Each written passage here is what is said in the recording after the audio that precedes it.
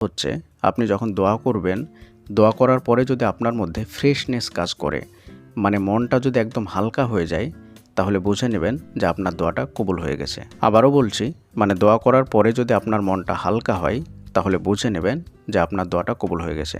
মানে আপনার মধ্যে অনেক কষ্ট, অনেক দুঃখ, তারপরে যখন আপনি দোয়া করছেন সেই বিষয়ে, মনের মধ্যে দেখবেন যে হালকা হয়ে যায় একদম। মনটা একদম ফ্রেশ হয়ে যায়, হালকা হয়ে যায়।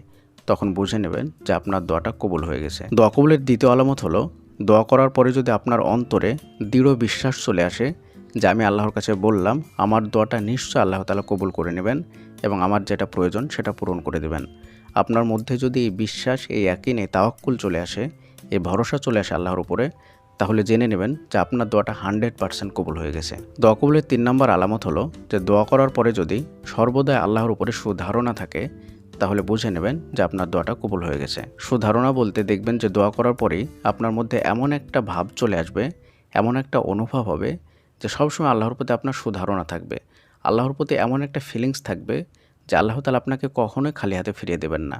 আপনার মধ্যে এই বিশ্বাস, এই সুধারণাটা দেখবেন যে থাকবে। যদি এটা থাকে, তাহলে বুঝে নেবেন যে আপনার দোয়াটা কবুল হয়ে গেছে। সুধারণা এবং ভরসা দুইটা সম্পূর্ণ আলাদা জিনিস। সুধারণা হলো সবসময় আল্লাহকে নিজের মনে হবে, আপন মনে হবে। আল্লাহর সঙ্গে কথা বলতে মন চাইবে। আল্লাহর উপরে সবসময় একটা পজিটিভ ধারণা থাকবে। মনে হবে যে আল্লাহ তাআলা খুব নিজের, খুব কাছের, খুব আপন। এটাকেই বলা হয় সুধারণা। যদি আপনার মধ্যে দোয়া করার পরে এমন ধারণা আসে যে আল্লাহকে খুব আপন মনে হয়, খুব কাছের মনে হয়, খুব নিজের মনে হয়, বন্ধু মনে হয়, তাহলে বুঝে নেবেন যে আপনার দোয়াটা কবুল হয়ে গেছে। দোয়া করার পরে যদি এই 3টে আলামত আপনার মধ্যে প্রকাশ পায়, তাহলে বুঝে নেবেন 100% আপনার দোয়া কবুল হয়ে গেছে।